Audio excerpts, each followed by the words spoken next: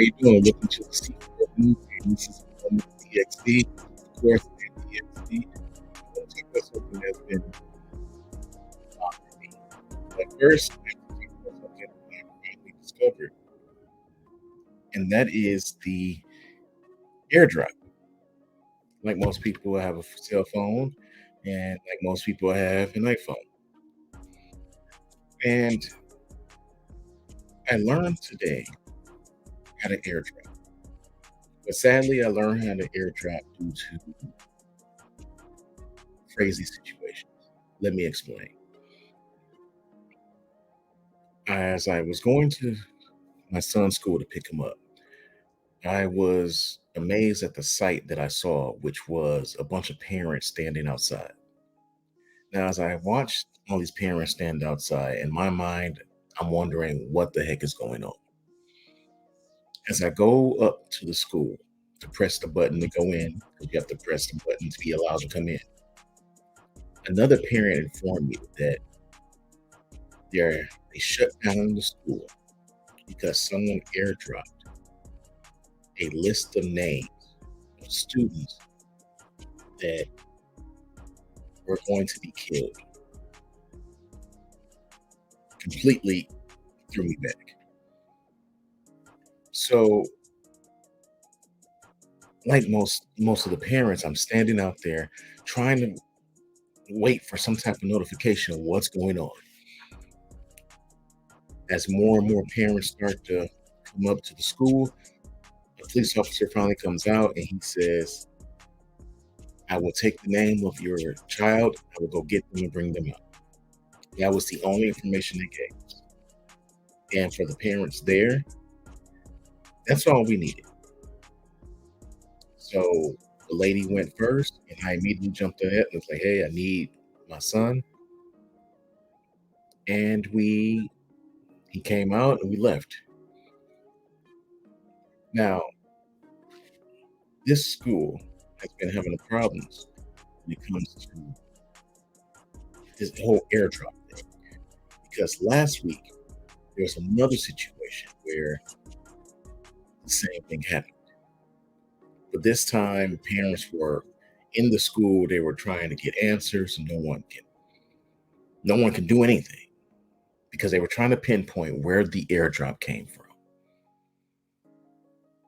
And today I had a friend of mine explain to me how to use the airdrop. And it's kind of a crazy thing. You can just tap into whatever iPhone is in the area and just send these messages out.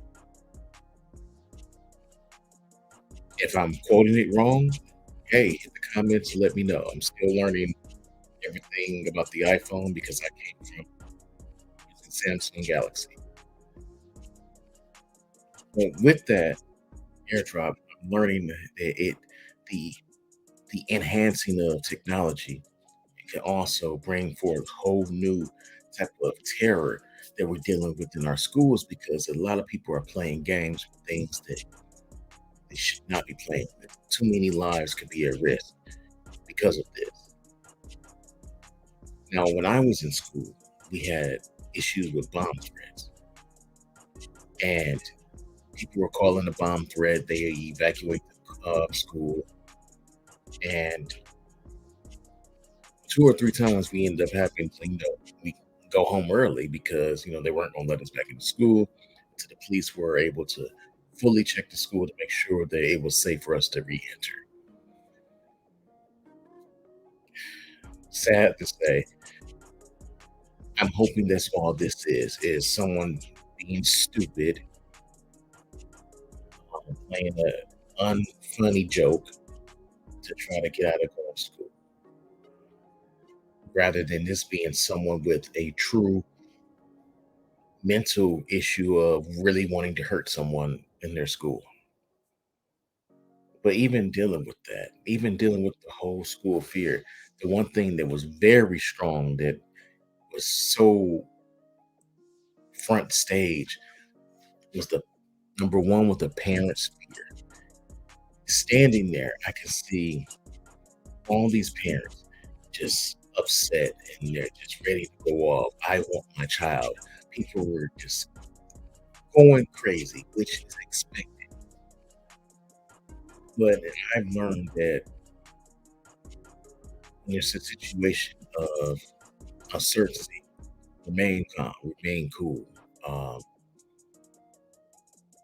don't lose your mind. Don't get lost in your emotions because when you do that, you have the opportunity of missing something or reacting in a way that doesn't help the situation at all.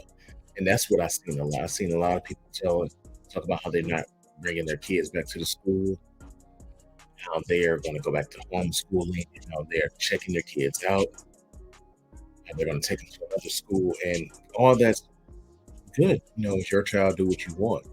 But what do you do if this goes to another school? So you're just going to be bouncing your child from school to school because somebody's playing these, like I said, these disgusting games. But then as I sat there and I thought about this thing even more, the kids' fear.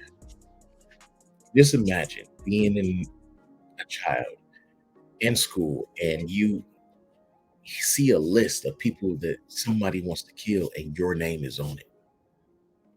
Your name is part of the collection of names where somebody says they want to end your life.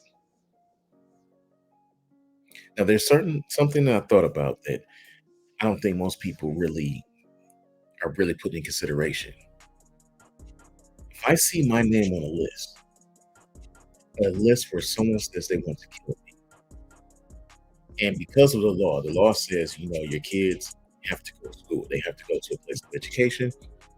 I have to come here.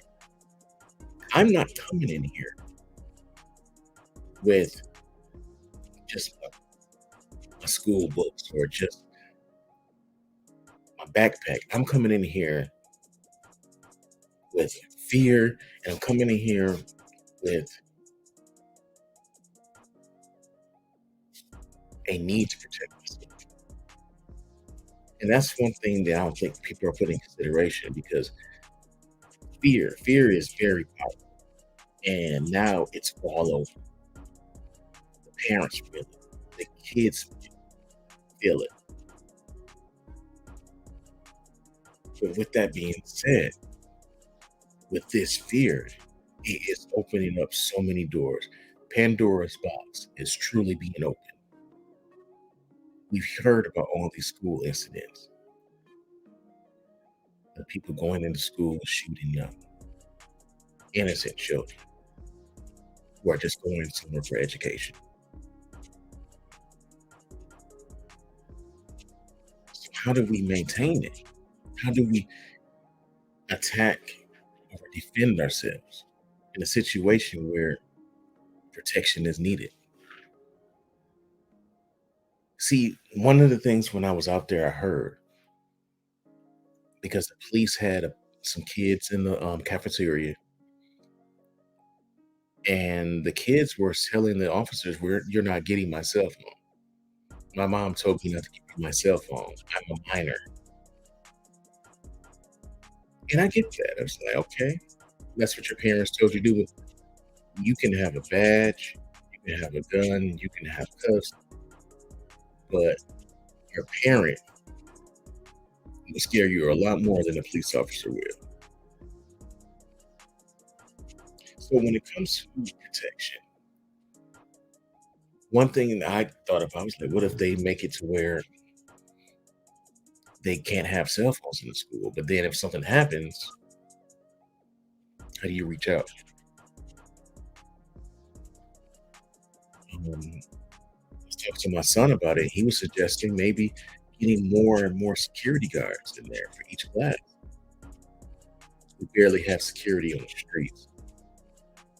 They're not going to be able to afford to put a bunch of security guards in schools.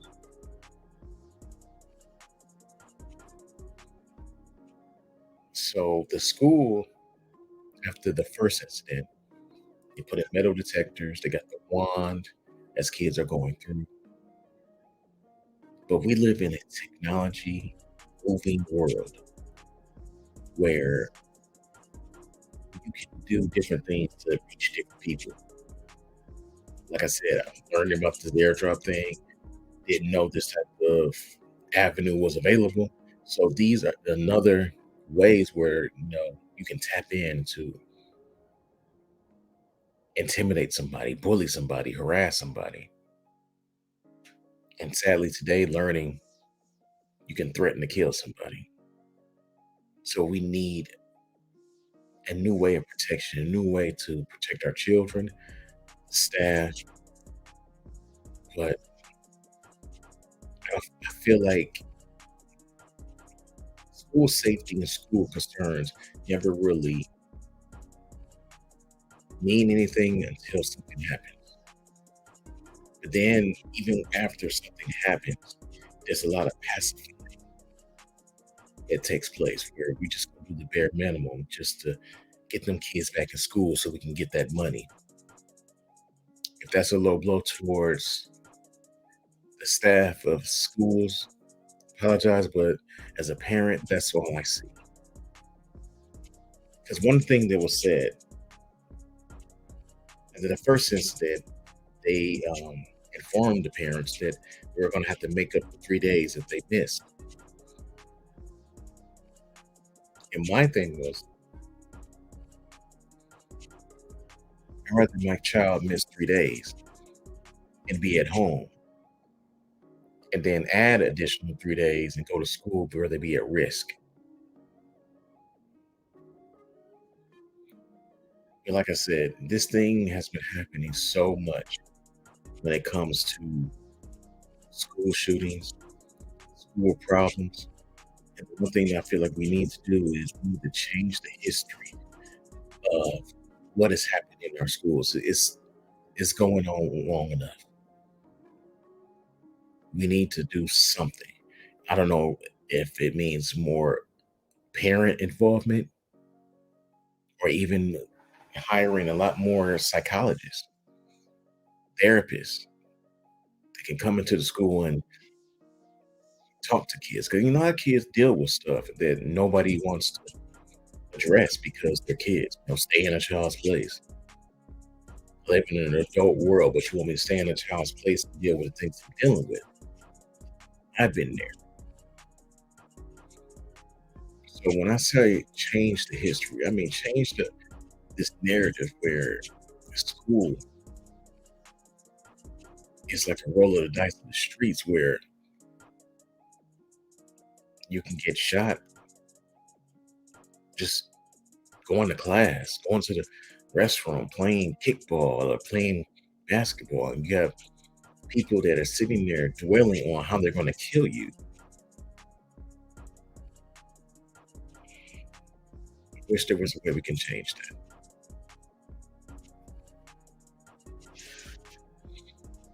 So, with that being said, I want to take the opportunity to first thank you guys for tuning in and just what do you think we can do? Hit the comment section, and I definitely would like to take some ideas to the school to try to get something started, something that can change the history of what's going on within our schools, especially because my children are in school and your children are in school. And it's sad that we can go through drama, so much trauma in our lives and just do nothing. Yes, I'm making a video talking about it, but it's going to require more effort, more work to get things done. With that being said, I am the XD, and this has been a moment with the XD presented by the C4 movement. Please make sure you like and subscribe. And also share this content to maybe get the conversation going. Once again, I'm the XD. I'll catch you guys later.